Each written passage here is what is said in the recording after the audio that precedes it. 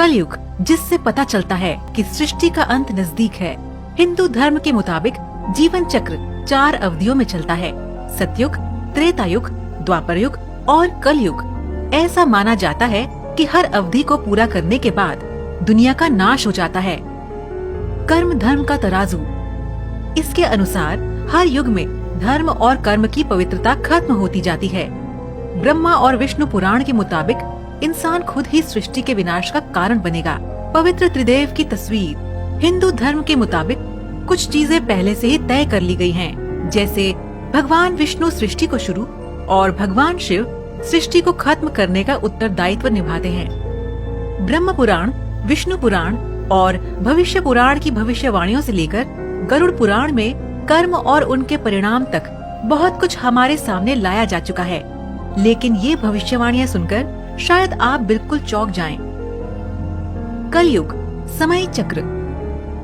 बताया जाता है कि कलयुग सबसे आखिरी युग है, इसीलिए हमें अपने सभी कर्मों का फल इसी युग में भुगतने पड़ेंगे। जब कलयुग की समाप्ति होगी तो निश्चित रूप से चौंकाने वाली चीजें धरती पर घटित हो रही होंगी। बेमौसम बारिश, आंधी तूफान, जल संकट, ये सब इसका संकेत भी है। जीवन काल छोटा होगा।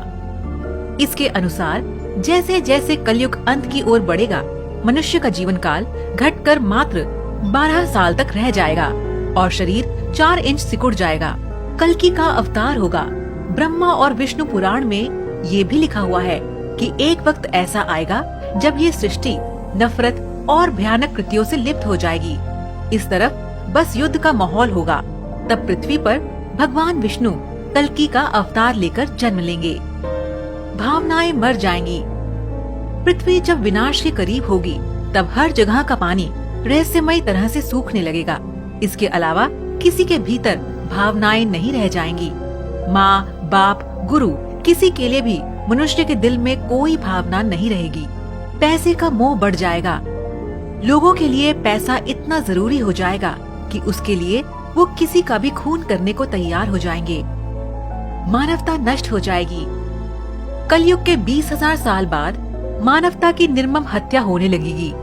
पैसे और सत्ता के लिए माँ बेटे तक एक दूसरे के विनाश का कारण बनने लगेंगे।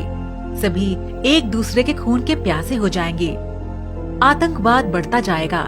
आतंकवाद अपनी चरम पर होगा। दुनिया क्रोध और नफरत से जल रही होगी।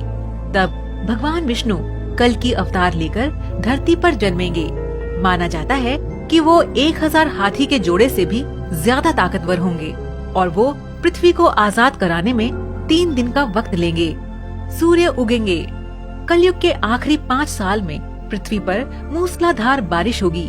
कलयुग की आखिरी रात सबसे लंबी होगी, जिसके बाद 12 सूरज उगेंगे और तब तक चमकेंगे जब तक वो धरती का सारा पानी सोख नहीं लेते। यहाँ 12 सूर्यों का मतलब पृथ्वी के बढ़ते तापमान से लिया जा सकता है।